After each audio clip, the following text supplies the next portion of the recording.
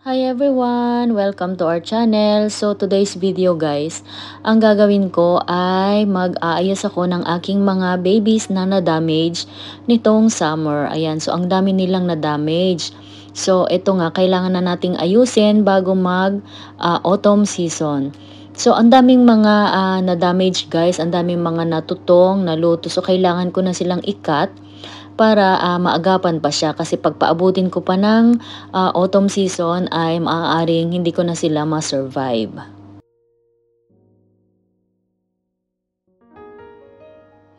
So ito guys, ito si Echeveria White Champagne. So actually napaka healthy yung kanyang itaas. So hindi ko alam yung kanyang stem pala ay mabubulok na siya. So ayan, mabuti na lang at naagapan ko. Actually itong dalawa dito, yung natitira ay okay naman. Yun lang, nasa 3 yata yung aking nakuha. Tapos ito nga, irerepat ko na lang tong natitira pagdating ng autumn season. So ayan nga, actually magandang tingnan yung kanyang taas, akala mo healthy. Pagdating sa kanyang stem, ayan, so natututong na, nangungulubot na, so naano na pala, nagkaratings na pala, tapos natutukan ng matinding sikat ng araw, kaya ayan, nangingitim na siya. Ito naman ay si Echeveria Marcus. Ayan, ang ganda ng kanyang kulay guys. Kaya lang, itong summer, akala ko kayang-kaya niya yung init ng aming summer this year. Pero hindi pala. Ayan, kasi hindi naman to maselan talaga.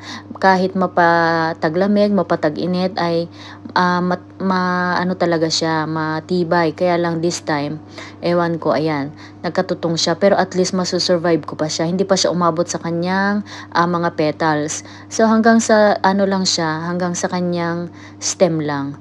So actually pipiliin ko sana kung ano yung aking mga ikakat dito. Kaya lang pagtingin ko, halos lahat pala medyo natutong na yung kanyang stem. Pero sa sobrang niya guys, sa sobrang tibay niya, tingnan nyo, kahit maitim na yung kanyang stem, ay healthy pa rin yung kanyang rosette. So ayan, so pinutol ko na lang siya lahat para ayan, ma-survive pa natin. At ganun din to guys, si ating Bronze Delight. Isa rin ito sa mga matitibay na succulent, kaya lang this time, ayan, napabayaan ko, natutong yung kanyang mga stem, uulanan, arawan. So, ayan ang nangyari sa kanya. So, wala din siyang curtain, UV curtain, kaya ayan, natutong siya. So, ayan, at least naagapan natin siya, no? At ito naman si ating Runyo ni Ai. Actually, healthy naman siya guys. Kaya lang ito nga, nagkaroon siya ng mga flowers. So, napabayaan ko na yung kanyang flowers. So, puputulin na natin. At syempre, yung dahon sa kanyang flower stalk ay ipopropagate natin. Sayang namang itapon, di ba? Ayan. So, ito guys, ang kanyang growing season is summer ata. Kasi ngayon siya nagkaroon ng bulaklak. So, ayan, lilinisan ko na rin siya. At ito naman guys ay si ating Suyon.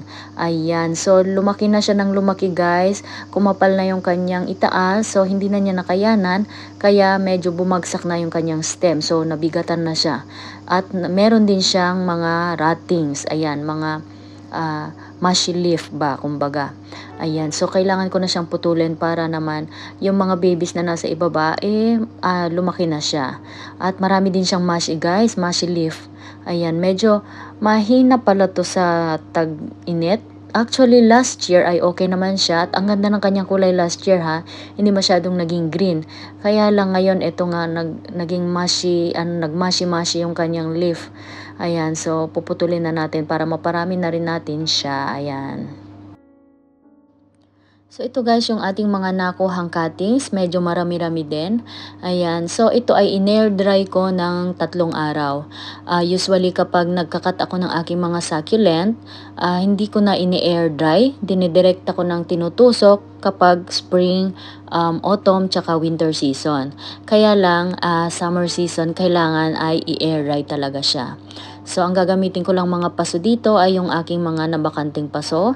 Itong summer season, ang daming mga na-damage. So, itong unang-una kong itatanim is si Suyon. Ayan, ang dami niyang mushy leaf guys. Ang aking Suyon this summer. Last summer ay okay naman siya. Actually, sabi nila mahina to sa taglamig. Pero hindi ko akalain na mahina din siya sa tag-init. Ayan, so hindi naman siya nakatutok sa araw. Kaya lang, ayan, siguro nga lagi siyang nababasa ng ulan. Kaya ayan, nagkaroon siya ng mga mushy. So ito, in-air dry ko talaga kasi tingin ko lang kapag summer talaga at fresh na fresh yung iyong itatanim, fresh from cuttings, sigurado magkakaroon siya ng mushy o kaya magkakaroon siya ng rottings sa kanyang stem. Kasi nga mainit dito sa amin, lalo na at ma-humid dito sa amin, walang masyadong hangin kapag summer, ayan, so madaling magka-rottings yung aming mga succulents. So ang susunod naman guys ay ang aking mga nakuhang si Marcos. Ang dami kong nakuhang Marcos, kaya lang maliit lang yung aking mga pot na nandito. So pagkakasyahin na lang natin siya kung saan natin siya maitatanim. Ang ganda pa naman guys ng succulent na ito, lalo na kapag start na ng taglamig, nag-iiba yung kanyang kulay, nagiging orange siya. Ayan, at madali din siyang kumapal guys kasi mabilis siyang mag-anak. Kaya lang ayan nga ang nangyari, kailangan nating i-reset para ma-survive natin. So ayan, napakarami ng ating nakuha. Ayan, so actually kahit papano, parang mas mapaparami natin siya this time. 'Di ba? Mabuti na lang at kinat natin siguro. Kasi magkakaroon siya ng anak-anak diyan eh. Ayan, kahit dikit-dikit siya diyan, guys. Pag nag-growth yan, guys, maghiwa-hiwalay din kasi nga nagtitrail yung kanyang stem. Ayan, so yung natitira diyan ay gagamitin na lang natin sa ating ibang pot. Ayan, ito naman ang ating nakuhang si White Champagne. Actually, napakatibay din itong si White Champagne. Ewan ko ba bakit nagkaroon siya ng stem rot this time. Ayan. So, meron akong nakuha. Medyo malalaki nga siya guys eh. Ayan, so itatanim ko dyan. And then, yung ating natitirang Marcos. So, ayan, so may space siya, diba? Hanggat may lupa, pwede siyang tusukan. Ayan, kasi wala akong extra pot dito ngayon. So, ayan, dyan isasama ko na lang siya kay White Champagne. Ayan, 'di ba? Mukha na rin siyang arrangement. So, ayan yung kanyang naging itsura.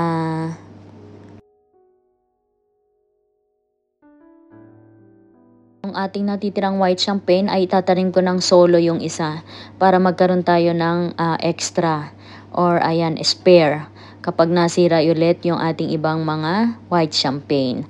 Maganda rin to kahit solo siya guys. Ang ganda rin ng kanyang kulay kapag taglamig. Ayan. So yung natitira dito ay gagamitin ko rin sa mga natitira nating succulent para gawing arrangement. Ito naman yung ating natitira pang suyon. Marami pala akong nakuhang suyon.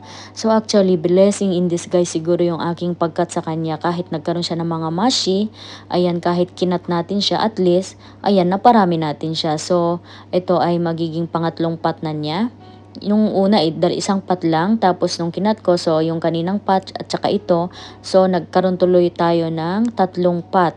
Ayan, so meron na tayong extra kung ano man mangyari sa iba pa nating mga suyon. Ang ganda pa naman guys ng kulay ni suyon. Ayan, mabuti na lang naparami natin siya. Well, actually, hindi pa natin alam kung magsusurvive siya, pero sa tingin ko naman ay okay kasi in-air dry natin to. So, ang ganda ng kanyang kulay, pink na pink, lalo na kapag taglamig. Ayan. Looking forward guys sa susunod na spring season. Ayan, sa April. Ang aming spring season, mayroon na tayong ulit magandang suyon. So ito guys, sinama ko na rin ayusin ang ating California sunset. Ewan ko ba kaya lang hindi ko maparami talaga ang aking California sunset. Mabilis siyang i-propagate sa leaf, mabilis tumubo, kaya lang mabilis din siyang maglagas. Ayan, so naglagas siya, kaya ayan, manipis na naman siya. So yung mga humaba na dyan na ating mga babies ay kinat ko na. Para ayan, itanim ko rin sa kanyang mga space para medyo kumapal na siya tingnan. Ayan, ewan ko ba, nahihirapan akong paramihin ang ating California sunset. Especially kapag tag-ulan, mabilis siyang maglagas sa akin. Ayan, so sana nga ay, ayan, maparami natin siya. So ito na siya, medyo kumapal na sa tingnan dahil sa ating kinuhang mga cuttings.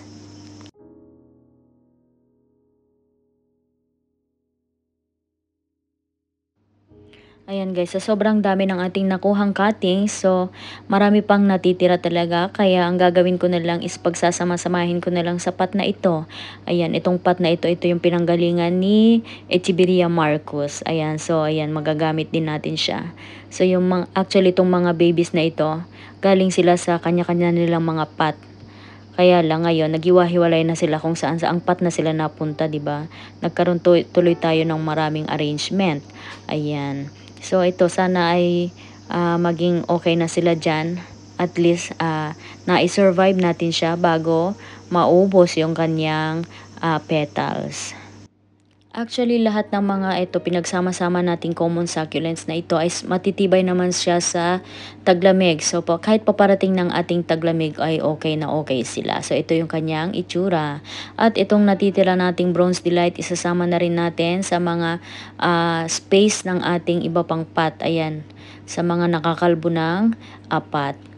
So, ito na guys yung ating mga na-survive na ating mga babies na muntik ng madamage this summer season. Ayan, at least naagapan natin sila.